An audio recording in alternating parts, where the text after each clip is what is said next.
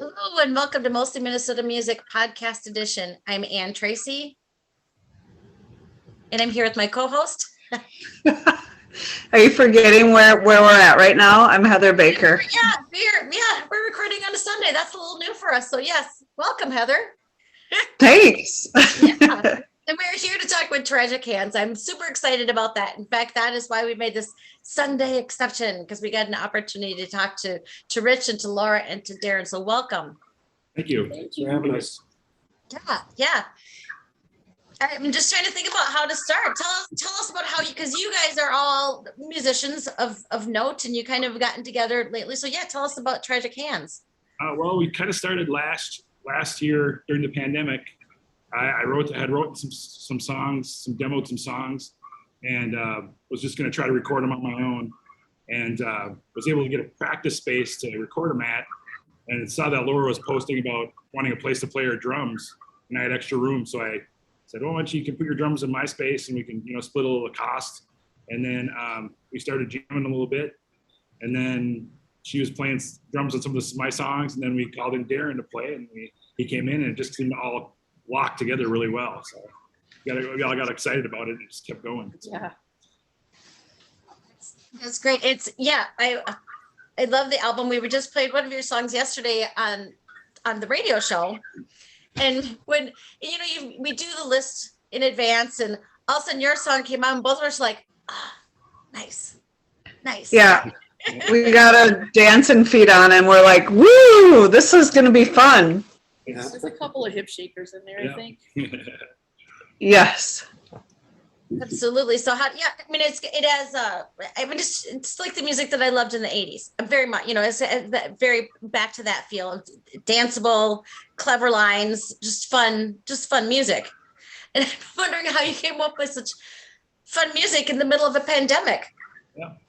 I don't know. I just kind of was writing just to play songs, and they just kind of came together. So I think the drums and everything help it be a little brighter. I think they're all kind of, I always write them kind of dark lyrics, but they sound a little happier than they are, but they're not really, I don't really write about sad things, but just because I more write kind of poetically and just how things sound well together. So it's, I feel like they're lyrics that anyone can relate to, so anyone can apply their life to it, be it happy or sad or in the middle. So. exactly. And the symbols add a little bit of pizzazz. Yeah. Yeah. It's like, I was going to say, on some of them, it was kind of a surf punk. It's like punk, but you can hear the lyrics well instead of like screaming and but it's got that dance where you let it out and you hear the lyrics, but sonically it gives you that a little bit more. Yeah, we picked the Terrarium because I had heard like that Kiss the Tiger album was recorded there, and plus Jason there had been doing lots of stuff over the years that I really liked, and yeah, just the clarity of things when we got in there was just surprised me. I think I got, like, when we were recording it and listening back, like the hair on my arms was kind of raising. It was like I didn't think it could sound like that. So it was really cool to record it and get it this way it sounded, because it just sounded great when we were done with it. In 2 days, too. 2 days. Yeah, we did it in 2 days. Oh, jeez. So we did everything pretty quick. Efficiency. Everything kind of moved along very fast. So He it's kinda cool. made it work that way, and it just became less intimidating and more fun, so we kind of just went with it. And I was just blown away by everybody coming, just bringing it. Yeah. We were well rehearsed, too. Yeah, we practiced.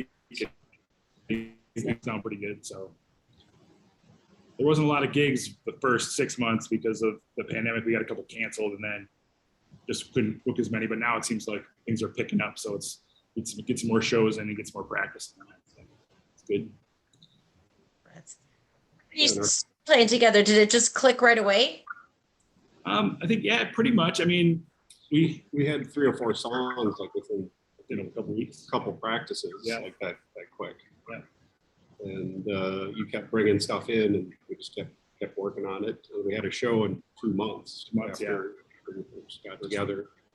So Yeah, like the first 6 or 7 songs came together within the first 2 months, and then we added a couple before we got in the studio.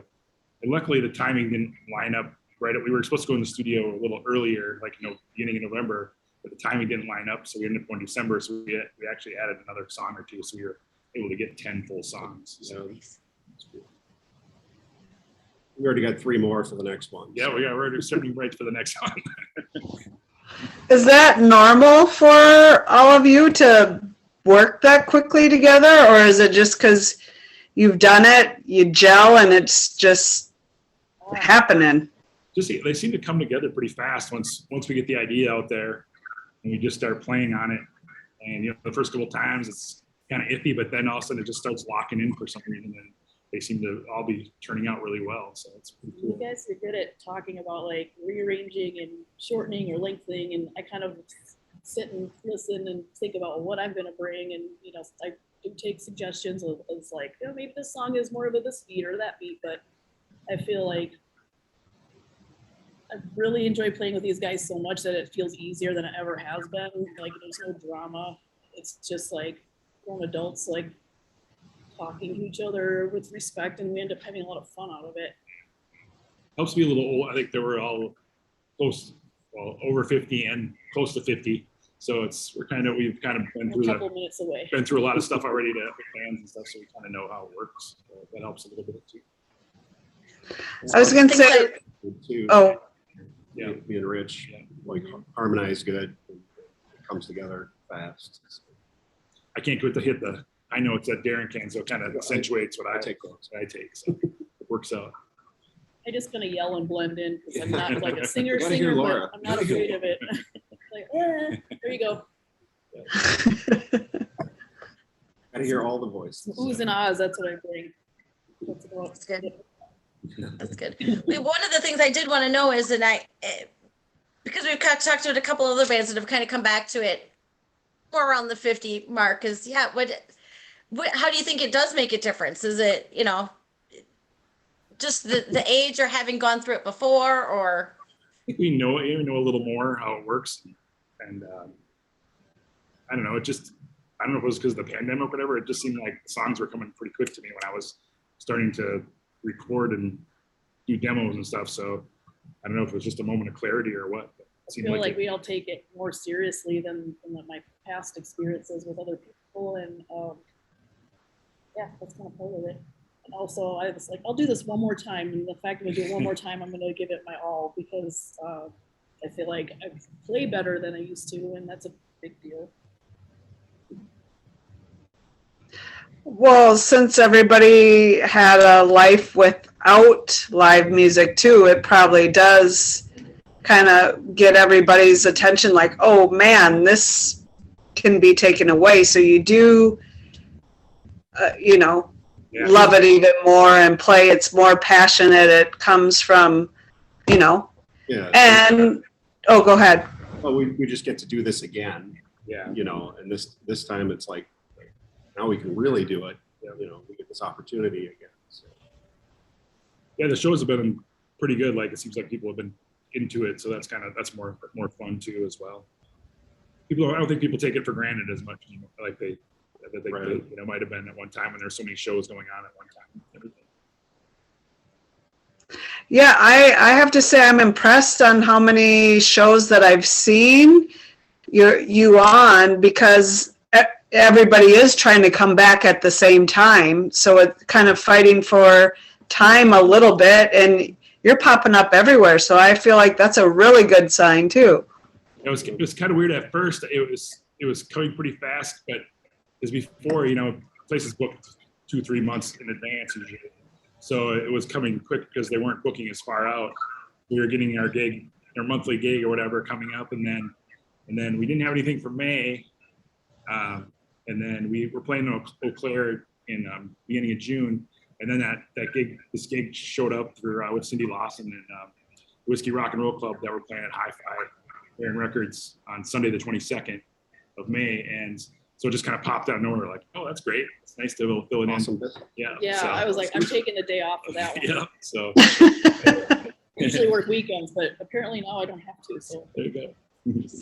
Nice. You gotta rest up and have, oh, Go Yeah, ahead. because I just want to spell because for folks who might want to go but don't know about the shows behind Hi-Fi Hair, and that's in right off Loring Park in the alley, kind of behind the record store and hair shop there. And we were saying earlier, I was just at a show there today, and there's so much fun. Just play outside, and sometimes you might be able to find a beer around there. Yep. I know. That'll be a great place to. Yeah, it should Great be really place to fun. play. I'm kind of excited. We're really excited to play there. That should be a good show. And then yeah, the rest of them, like now it's just kind of waiting to see like if some other gigs pop up. But I know places are booking a little farther out now. You can see the schedules coming out for June and July already. So just have to pop on a couple more shows, see what's coming up. Just makes my heart bigger when I see those calendars come up. Yeah. After saying, well, just want to talk a little bit about the music because what you've been talking about, sort of coming back to the band, it makes me think of the song "The Lost '90s." Yeah. I just wanted to ask you a little bit about that song, and was I right? Is that what it's about? Yeah, so a little bit. It's kind of a play on like how you kind of think back and how you do things differently. And then it just happened I was writing the song and then that 90s line popped out and then it just kind of filled itself in. So it kind of worked out. But yeah, just kind of looking back and then seeing what you missed and what you could have done differently and that kind of thing. And then trying to forget about it. So that kind of thing. Made me think of Laura's line saying, if you're going to do it. This might be the last time, that take the road, take the bet. Yeah. So it's very much aligned, very much. Yep. Yeah. Gotta do more stretches, drink more water, get some more sleep. Whatever it takes. Keep it rolling. The regime is a little different. Yeah. And the other song that I like so much is Predicament. Oh, thanks. Thanks. Mhm. Actually, Jason from the Terrarium, that was a song he thought was going to be pop out of That there. was his So favorite, that was yeah. his favorite. So, and it's kind of a double personality thing where it's somebody kind of talking to themselves, even though it sounds like they're talking about somebody else. So that was the kind of the idea behind that one. So I like that one, but I like how and why because it makes me feel like a Sonic tantrum. Like I don't know what it is, but I'm like I really like that one. I wanted to hear about that. that was the first one that kind of came out of when we were just with jam at the end of practices. We were recording all our practices, and we kind of jammed in that one part like do kind of thing. And I took back that recording, and then I did a demo of the whole, added a part, and then sent the demo to them, and then we kind of created the rest of the song. But yeah, it was kind of a thing like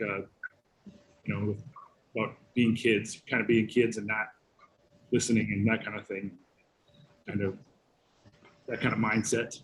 Yeah, exactly. I feel like I've resorted to that mindset a few times during the pandemic, I must say. So I can appreciate it. That one came together really fast. Too. Yeah, it did. Yeah, I think you came in with like the lyrics, like the next next practice. And yeah, within we had it really quick. 3 weeks it was a tune worked out. How do you usually work through? Do you do the music first, the lyrics first? How much of it is workshopped and how much of it is I basically had in to figure out stone? yeah, because the like Lost 90s, the first version of it, I had it, when you're recording stuff, you don't have to play and sing at the same time. But then I tried to play that part and sing at the same time. I couldn't, so I reworked it and then made the lines where I was singing a little simpler. And then, but like that one, I did the bass and the drums. I like just used the backing track drums, and he did the bass and did the vocals over it. And then I'll do my own guitar line on it, and then Derek with his part, and then we just work from there and kind of reformat it a little bit. I make it really simple, like 4, 4, 4, 4, and then Darren pulls it into let's do this 2 and this thing. And then they start talking. He cuts and edits they it a go little math. bit, so bridge. cleans it up for me, and then adds little cool stuff to it. So. Yeah, because the instrumental break in that one, Darren came up with that part of it. Nice. Yeah, it's kind of you have the blocks like the kind of the Yeah. little pieces and piece them together. Exactly. Puts the gloss on it. Really is a collaboration then. I mean, that's kind of fun. And now, Yeah. when you said you were playing, I mean, you're obviously playing in a studio long before you were playing live shows. Has there been an impact? Have you seen some of the songs change as you've been able to play in front of audiences? Not a lot, but I mean, sometimes I know that in the studio, Darren played the ending part of the B side a little differently. Now he's using that live. Yeah. So that changed a little bit, but I think we're pretty straight to what the studio stuff is, except for little noises I here know and some there. things I did that are like super different that are really unnoticeable that no one's ever gonna do. Like maybe Pretty a similar. fill is here instead of here Pretty or something. But yeah, Yeah. it's like the same idea. I just was kind of tweaking it as I went along, and it's like, well, recording actually helped me decide what I'm gonna do live. In a way. Nice. Right. They added the tambourine and the cowbell and the keyboards to it too as well. Once we got in the studio, so we added that. Once we kind of just all that stuff came really fast, really quick together. So It was fun to do those extras because Darren had a couple ideas as we were going at the end, like what else can we fit in before time runs out? It's like Yeah. do some tambourine, or do this, maybe Yeah. maybe do a sing along on this part, and then so there was like some surprises that was like, okay, I'm not done either. That's good. Like these Well, then we have listening- our little harmony part. Yeah. And, um, no word. oh, at the end of the line. Yeah, but at the last second, you're like, we should do a harmony Mine there. is not in We there. went in and did it. It's on Yeah. there. Yeah, it worked out really well. I say one word in predicament too, so I get to be in there with the Right. singing credits. One word. Well, when you record it in 2 days, you don't allow yourself too much time to add all those things in there too.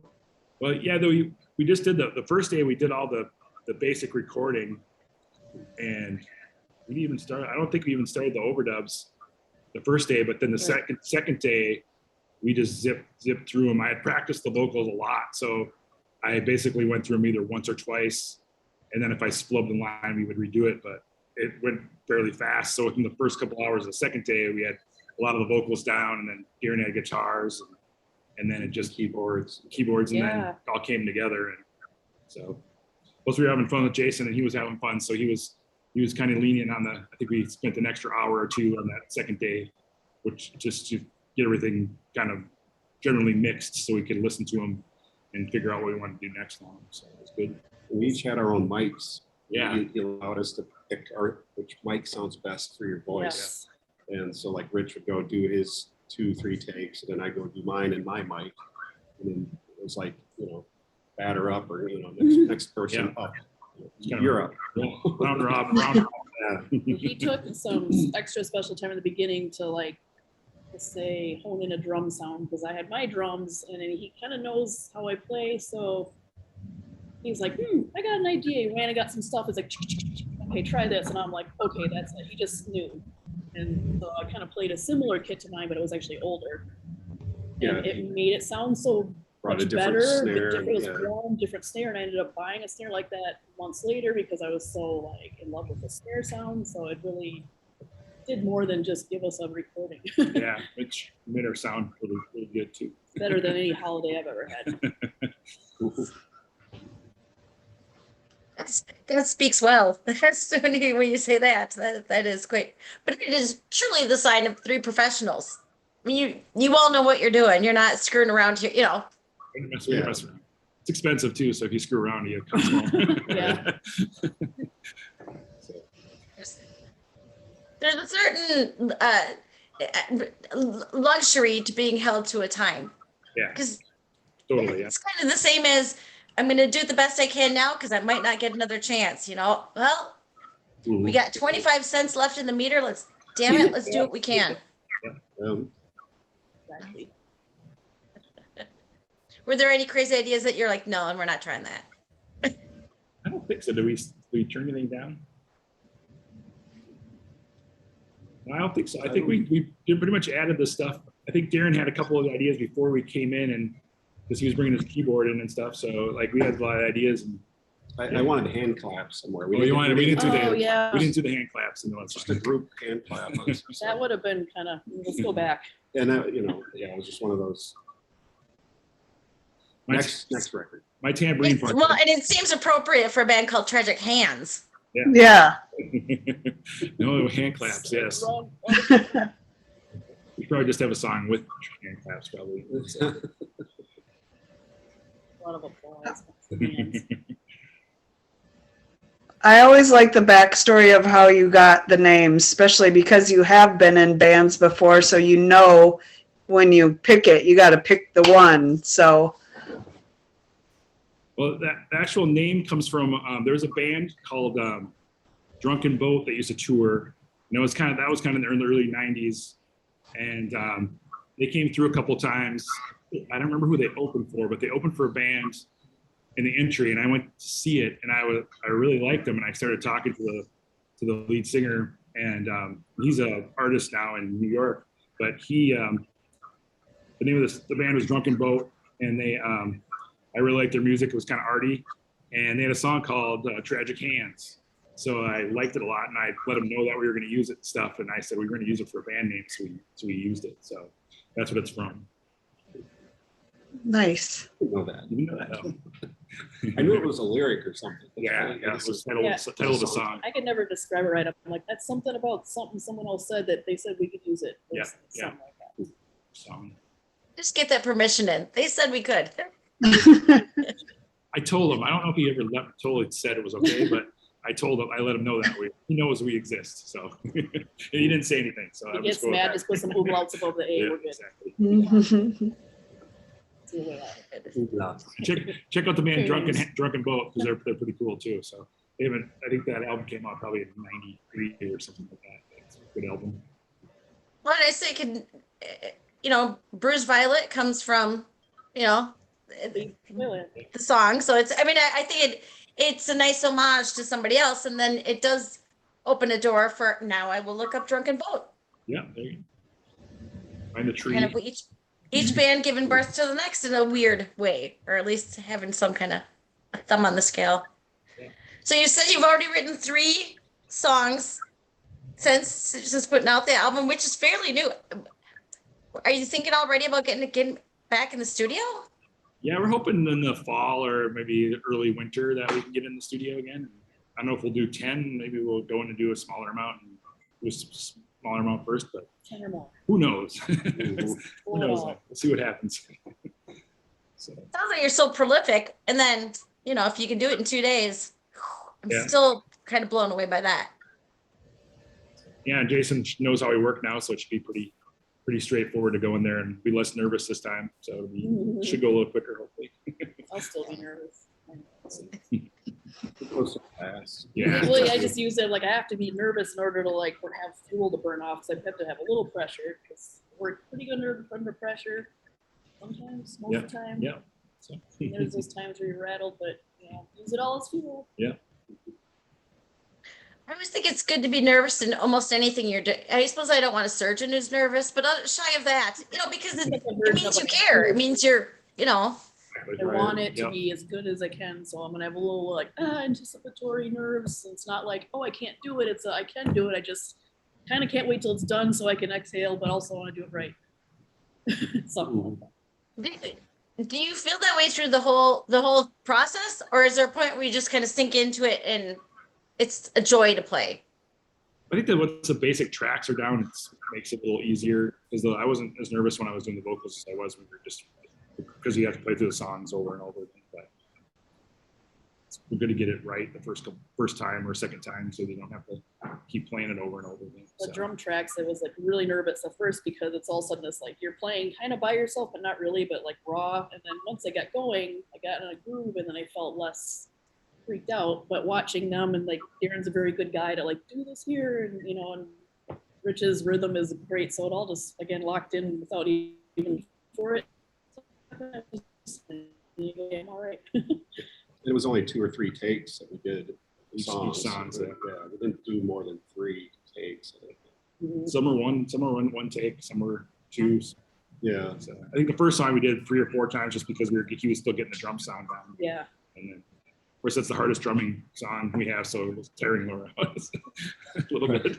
But I built up both muscles again, so I'm all right. All good. My left arm is finally caught up with my right painting. stopped touring for a couple of years. I'm like, I'm kind of soggy, but it all kind of started coming back. I think there's this element of that that's true for all of you. I mean, if it's, well, Heather's a runner, and I know if Heather doesn't run for a couple weeks, she's like, oh, I got to get back into it. You know, it's, so it must be the same for you guys. Yeah, it does help to practice, and then practice during the week when we're not, by myself, when we're not practicing together, too, just to keep the muscle memory thing going and keep remembering what the parts are What and did I stuff do like that. last time? Yeah, exactly. I'll still have the, how did I start this song? And they'll remind me because they've got good memories. Mine's sort of wavering. It did help to record everything too. We were recording all our practices so we could listen to them and kind of go, especially the newer songs, so you could hear the parts, and kind of map everything out a little better. So I saw that you had with the album one of Laura's paintings. I'm wondering if you use or use a certain song to inspire the painting that you did with the album, or the ones that you did separately for, Sold with the. Oh.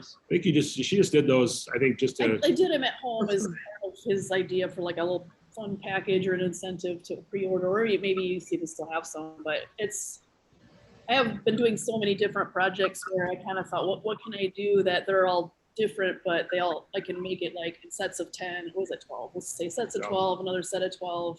I kind of did an assembly line, so I'm doing it all by hand.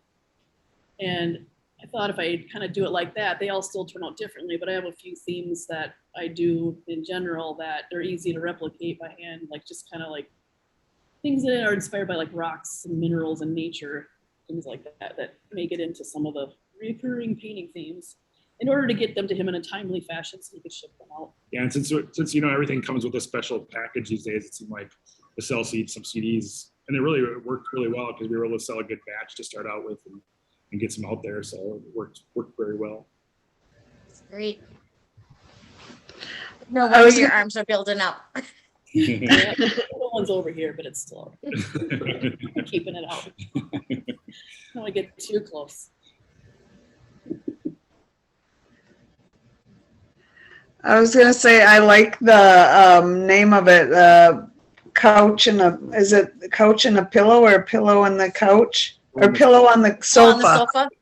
Sorry, what it made me think of just because of all the punky noise and whatever, like working for me, like working out and dancing out all of the emotion I'm feeling. I in my head I was like, I wonder if it's like you're at the psychiatrist talking, laying on the couch, saying all the stuff, getting it out. But then I see the picture and I love it because it's like the 70, 60, 70 vibe too.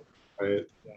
Yeah, because we were just looking through, it was a line from the Noteworthy Saviors, that song, and we were just kind of looking through there to see, we were trying to think of names, and we came up with a bunch of weird ones, and then that one seemed to, that sounds kind of cool, and then I think it was because I had that couch, that was my grandma's couch, and I love it.